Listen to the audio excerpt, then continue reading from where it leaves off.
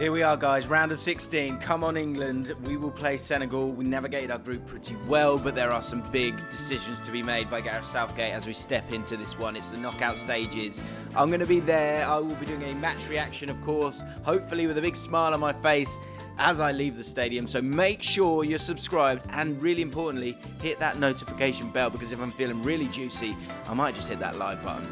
Regardless, it's going to be fun, or it's going to be absolutely disastrous. So you're probably going to want to watch it. So hit that button. Right, let's dive into this huge game and break down the key points.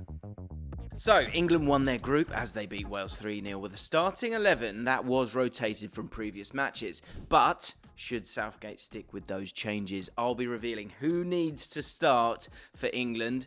Where Senegal are concerned, we're going to let you know where they're strongest and the midfield dilemma that faces Gareth Southgate. So, good problems for England first and foremost, because coming into the round of 16, England have suddenly got good problems in attack. That's right! Rashford, Foden were able to impress in their first start at the World Cup. So what could that mean for Saka and Sterling, who of course started off the competition? Look, it's feasible that Southgate remains with the same forward three and leaves them out. Even Harry Kane's starting spot isn't guaranteed after Callum Wilson has impressed in his 48 minutes that he's played so far.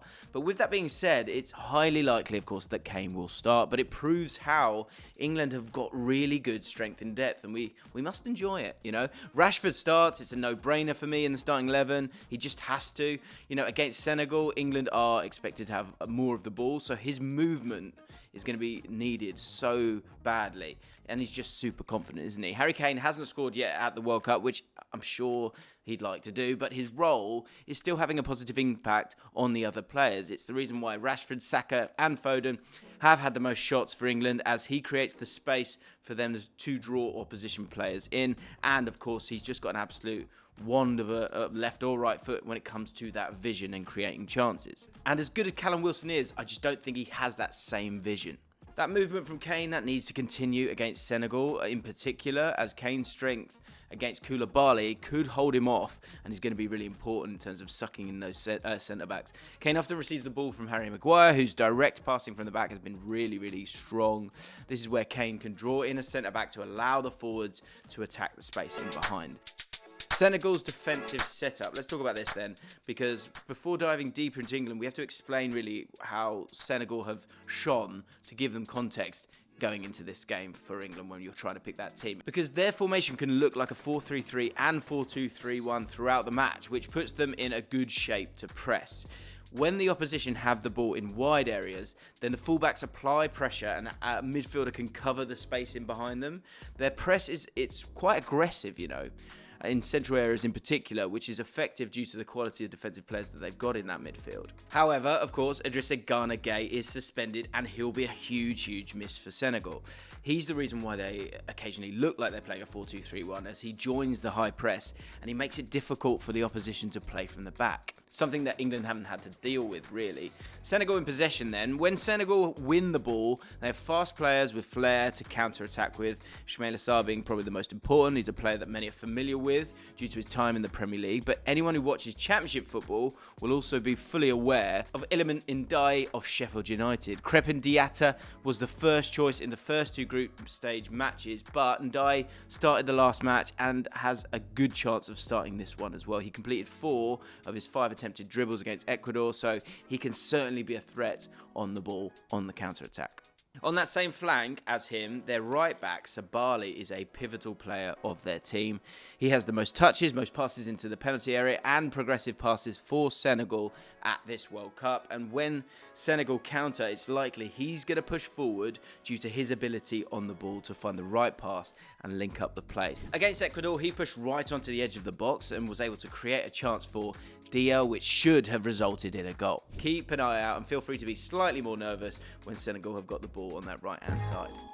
Right, let's talk about England's build-up. So, taking into account their defensive setup and the fact that Sabali is a key attacking asset, England need to be confident on the ball and play with a high tempo, please, especially in the middle third. Senegal will press hard in central areas and spaces will be opened up, so England need to play quick into this area to exploit that space. Predicting the third midfielder alongside Rice and Bellingham is really tricky, as Henderson's suddenly started against Wales and proved that he can bring a lot to the team in terms of his energy and his standards and his communication as well. England's midfield had a nice balance with him in the side, and he didn't play as a sitting midfielder in the first half. He was sort of pushing onto the right wing to support Foden, which you can see in this touch map actually. Most of all, it's the leadership and voice he brings on the pitch, which can be important in particular moments, and it makes England a very frightening proposition in terms of their press because of the intensity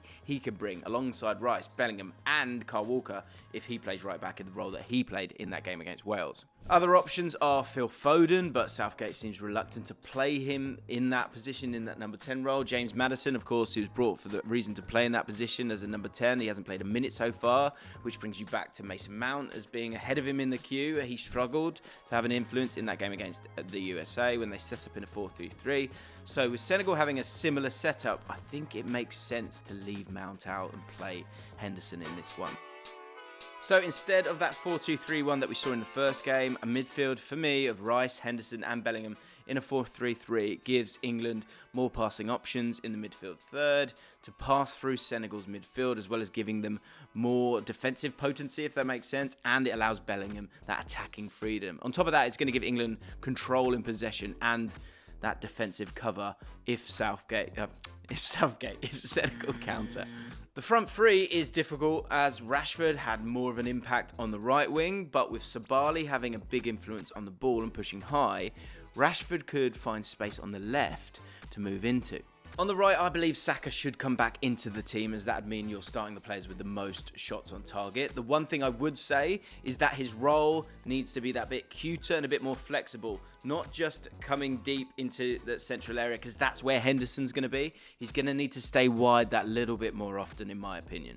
Otherwise, you might as well play Foden, who was willing to start wide and then move in, but again, actually looked better on the left-hand side. So for that reason as well, I think I'd stick with Saka. The other great thing about those two players in Rashford and Saka is they both are willing to drive in behind that space that Kane is going to create. And I think also Harry Kane can find both of those players with those last little runs, which could be really, really effective for us. In terms of Senegal and their lineup, I think the one change is going to be Leicester City's Mendy in for Idrissa Gana Gueye. That's what I think we can expect. It's a makeshift midfield, really, as Kouyaté, of course, Premier League fans will know about him, is another player missing through injury. So this is an area of weakness for them we should dominate. Sarr and Ndiaye will be very important to produce moments of magic when they get the ball, and they'll need Sabali's passing qualities to help them create chances. One final thing to say about Kane, actually, I think it's an interesting point, is that we don't need to force Kane into being a goal scorer, as his impact of creating chances is having a better impact on the team as multiple players are benefiting from him. So Kane, let's not get on his back. It's okay to drop deep, get on the ball, be creative. As long as we got those runners in behind, I think it should be a good night for England. In terms of my prediction, I feel confident. I do. I think we've been good defensively. I think we've been shutting things out at source at times. And I think if the energy and the mindset is right, which I think it is with this group, I think we'll be fine. 2-0, I think it will be. How we'll do that, I think a little moment from Kane, putting in Saka or Rashford to continue that great form.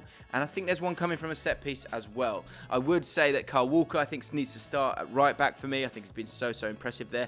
Yes, we lose something in terms of the set pieces with Trippier, but I just think Kyle Walker looked so much better in that game that he played and offered something so different in terms of coming inside into the midfield to stop things, to sort of really it was like a fire blanket in front of Maguire and Stones. It was very, very impressive, and I think we should use him and utilise his pace as a defensive player for this big game. So there you have it, guys. Let me know how you're feeling. Get your score predictions down below. Hit the like button, subscribe to the channel, and I will see you for my match reaction very, very soon.